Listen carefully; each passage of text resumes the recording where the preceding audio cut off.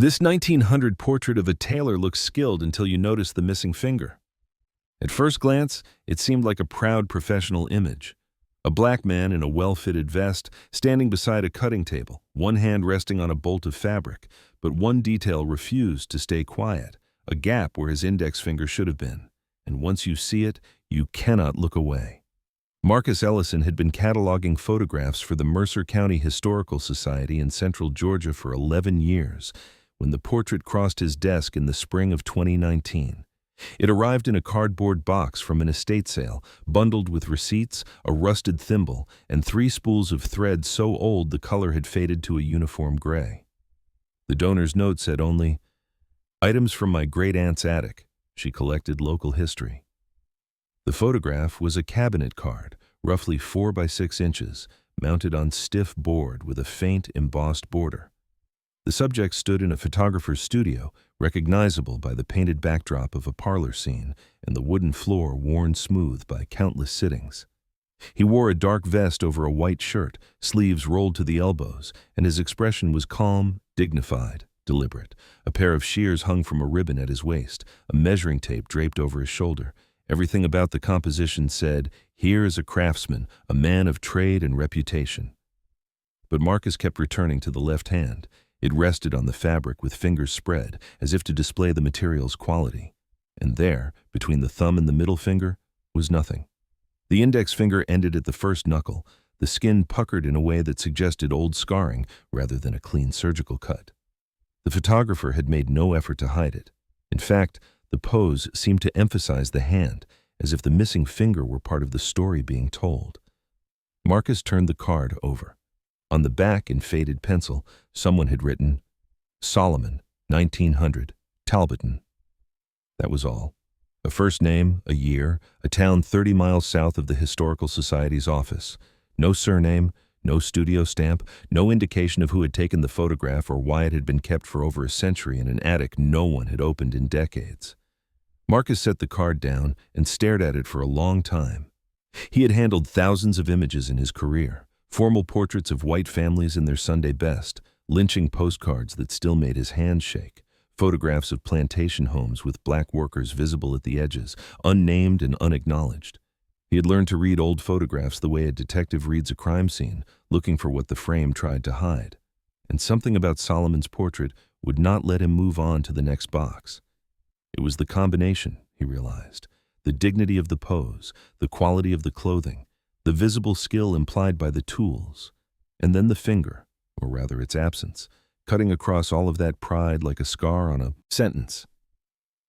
Solomon had wanted to be seen as a professional, but he had also, whether by choice or necessity, let the camera record something else, something that happened before the vest and the shears. Marcus decided that if no one else was going to ask what happened to Solomon's finger, he would. The first step was the town. Talbotton, Georgia, had been the seat of Talbot County since before the Civil War. In 1900, it was a small but established community, home to a courthouse, a handful of churches, and the kind of Main Street that appeared in postcards meant to reassure northern visitors that the South was civilized. Marcus drove down on a Thursday, the cabinet card sealed in an acid-free folder on the passenger seat. The Talbot County Courthouse had burned twice, once in 1892 and again in 1932, which meant that many records from the period had been lost. But the clerk, a woman named Patricia who had worked there for 30 years, knew where the fragments were kept. She led Marcus to a back room lined with filing cabinets and shelves of ledgers that smelled like dust and old paper. "If your man was a tailor," Patricia said, "he might show up in the business licenses or the city directory, if we still have one from that year." They found the 1899 directory after an hour of searching.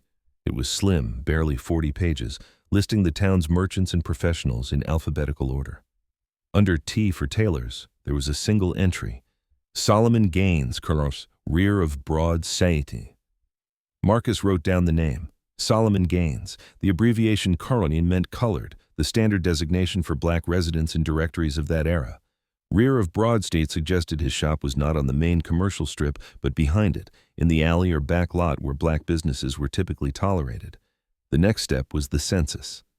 Marcus returned to the Historical Society and pulled the 1900 federal census for Talbot County on microfilm. It took 2 days of scrolling before he found the entry. Solomon Gaines, age 42, born in Georgia, occupation tailor, married to a woman named Della, 3 children living, 2 children deceased. The household included no other adults, no boarders, no servants, a small family, apparently self-sufficient. But the census also recorded something else. Under the column for whether a prisoner, convict, homeless child, or pauper, the enumerator had written nothing. Solomon was a free man in 1900, living in his own household. That should have been the end of the story. A black tailor in a small Georgia town, making a living, raising a family. Respectable, unremarkable, except for the finger. Marcus called Dr. Eleanor Vance, a historian at Emory University who specialized in post-Reconstruction labor systems. He had consulted her before on projects involving convict leasing and peonage, the legal mechanisms by which Southern states had re-enslaved black men and women after the Civil War through debt, vagrancy laws, and the criminal justice system. He described the photograph, the missing finger, the lack of documentation. "A tailor with a missing index finger," Dr. Vance said. "That's his cutting hand. That's the finger you use to guide fabric through a machine or hold it steady while you shear. Losing that finger would have been catastrophic for his trade." So how did he keep working? He adapted. Or he learned to do it differently, but the question you should be asking is where he lost it. Industrial accidents were common in certain industries. Sawmills, turpentine camps, railroad construction, all places where black men were sent under convict lease. Marcus felt the floor shift slightly beneath his chair. "You think he was a convict laborer?" "I think it's worth checking. Talbot County leased prisoners to private contractors throughout the 1880s and 1890s. The records are incomplete, but some of them survived. If Solomon Gaines was ever arrested, even on a minor charge, he could have ended up in a labor camp for years." The convict leasing system was one of the most brutal institutions of the post-Civil War South. After emancipation, Southern states faced a labor crisis. Planters who had once owned enslaved people outright now had to pay wages or find other ways to compel work. The solution was elegant and monstrous: criminalize black life, then lease the resulting prisoners to private companies for profit. Vagrancy laws made it illegal to be unemployed. Loitering laws made it illegal to stand in public spaces. Petty theft charges could be invented or exaggerated. A black man walking down the wrong road at the wrong time could be arrested, tried in a local court with no legal representation, sentenced to months or years of hard labor, and then leased to a mine, a railroad, or a turpentine operation for a fee paid directly to the county. The state made money. The company got nearly free labor. The prisoner got nothing but suffering and often death. Mortality rates in convict lease camps were staggering. In some operations, more than 30% of prisoners died each year from overwork, disease, or violence. Overseers used whips, shackles, and sweatboxes. Medical care was non-existent. Escapes were punished with additional time or worse. And maiming was common. Fingers lost to saws, hands crushed by equipment, legs broken in mining accidents. For the companies that leased convict labor, the bodies were expendable. If a man was injured too badly to work, he could be returned to the state like defective merchandise and replaced with someone new. Marcus spent the next 2 weeks in archives. He found partial convict lease records for Talbot County in a collection at the Georgia State Archives in Atlanta. The ledgers were water-damaged and incomplete, but they contained the names of men arrested and sentenced in the county between 1875 and 1908, along with the charges, the sentences, and sometimes the names of the companies to which they were leased. On the third day, he found it. An entry from 1881. Solomon Gaines, colored, age 23, arrested for vagrancy, sentenced to 12 months' labor, leased to Chattahoochee Brick Company. Marcus stared at the page. Solomon had been 23 years old, young, probably newly free, or the child of people who had been freed only 16 years earlier. He had been walking somewhere, or standing somewhere, or simply existing in a way that made him visible to a sheriff or a deputy looking to fill a quota. And for that, he had been sent to a brick company. The Chattahoochee Brick Company operated a massive brickyard outside Atlanta, one of the largest in the South. It was notorious even by the standards of convict lease. Men worked from before dawn until after dark, digging clay, hauling loads, feeding kilns that burned at temperatures that could sear flesh. They slept in wooden barracks with no ventilation. They were fed spoiled food. They were beaten for any infraction, real or invented. And they lost fingers, hands, arms to the machinery. Marcus drove to the site of the old brickyard. It was now a suburban neighborhood, houses built on top of the clay pits where prisoners had once labored. A small historical marker stood at the edge of a park, noting that the land had been used for brick production in the 19th century. It said nothing about the men who had made those bricks or what had happened to them. Dr. Vance connected Marcus with a researcher named James Okonkwo, who had spent a decade documenting the names of men leased to the Chattahoochee Brick Company. His database included more than 2,000 entries, compiled from county records, company ledgers, and death certificates. He found Solomon Gaines in the 1881 cohort. He served 10 months, James said over the phone. He was released in February 1882. There's no death record, which means he survived, but there's also an injury notation: left hand, index finger, amputation, cause listed as machinery accident. Marcus closed his eyes.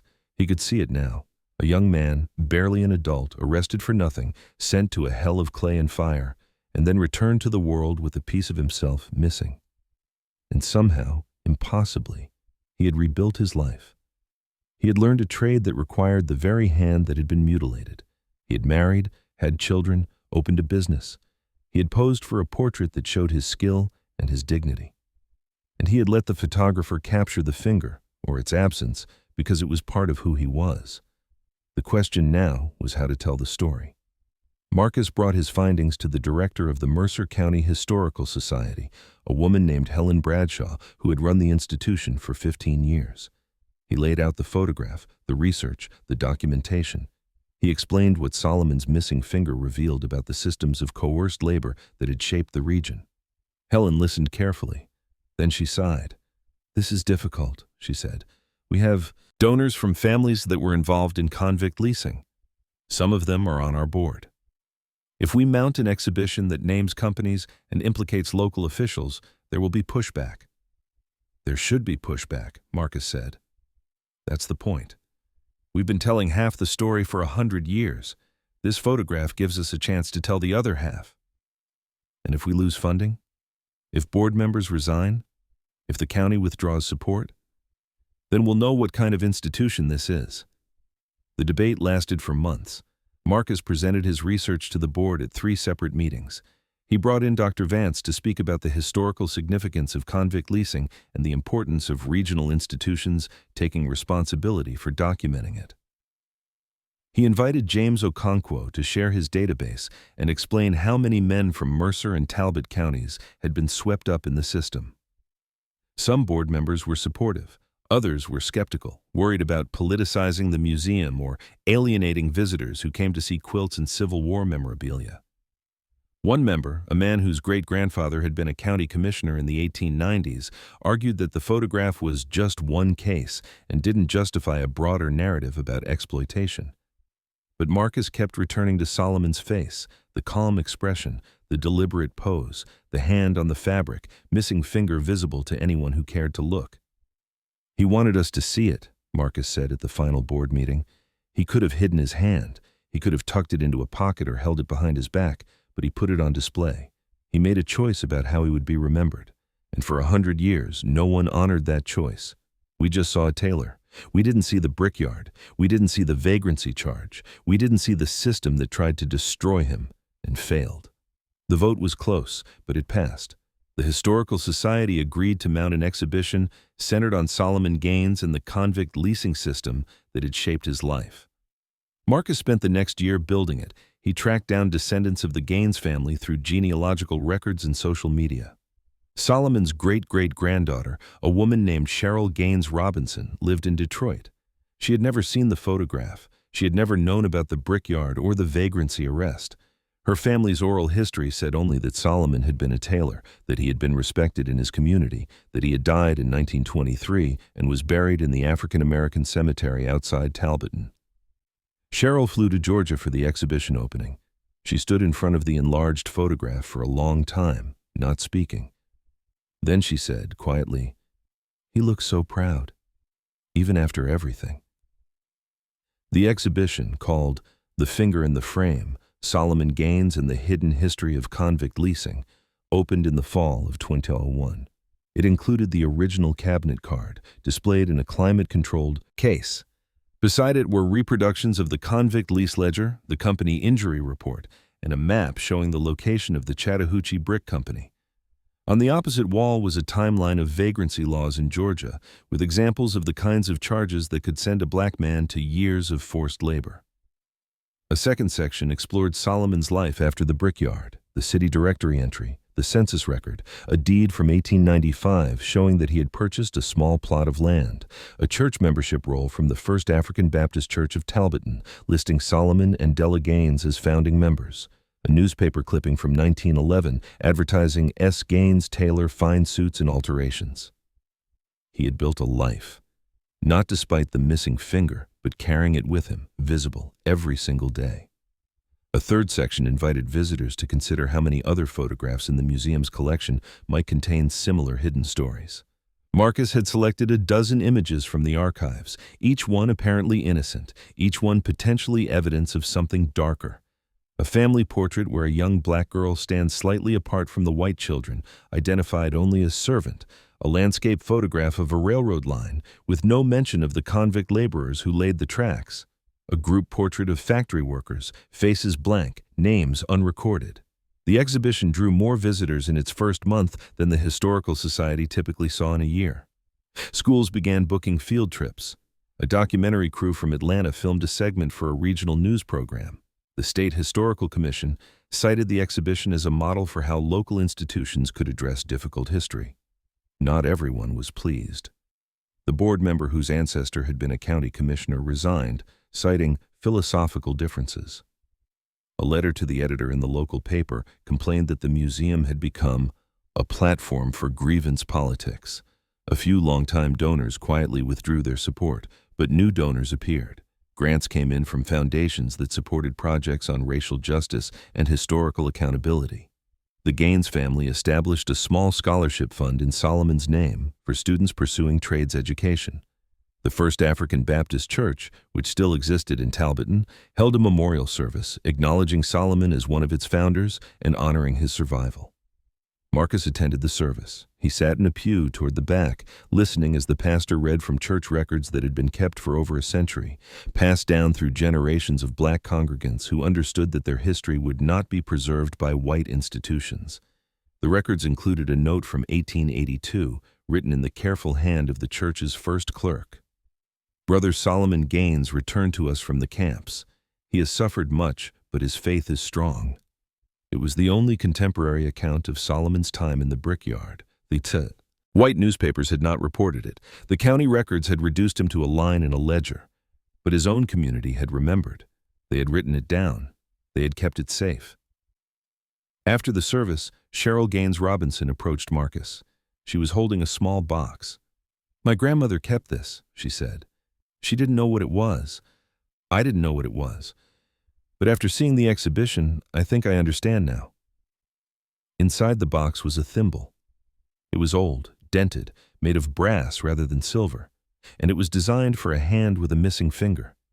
The shape was slightly different from a standard thimble, with an extended guard that would have protected the knuckle where Solomon's index finger had once been. "He made this," Marcus said. It was not a question. He must have. He was a tailor. He solved problems. And this was a problem he had to solve every day. Marcus asked if the family would consider loaning the thimble to the museum for display. Cheryl agreed. It now sits in a small case beside the cabinet card, a piece of metal that tells a story no photograph could fully capture. Solomon Gaines had lost a finger to a system designed to break him, and then he had made a tool to keep working anyway. Old photographs are not neutral documents. They are arguments made by the people who staged them, the photographers who framed them, and the families who chose to keep or discard them.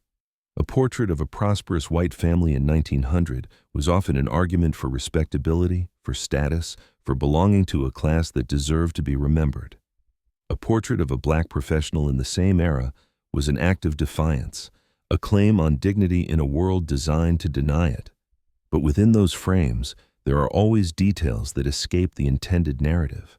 A hand that reveals too much, an expression that does not match the pose, a background object that whispers something the subject was not supposed to say. These details are not accidents. They are evidence. And when we learn to see them, the story changes. Solomon Gaines wanted to be remembered as a tailor.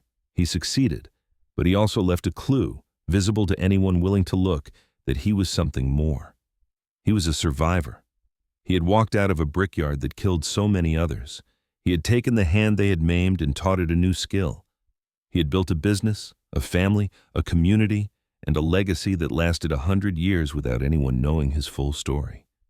Now they know. And the next time someone walks into a museum or opens a family album or scrolls through a digital archive and sees an old photograph that seems ordinary, they might pause. They might look at the hands. They might wonder what happened before the camera clicked and what the subject wanted them to understand. Because every image is a question, and some questions take a century to ask.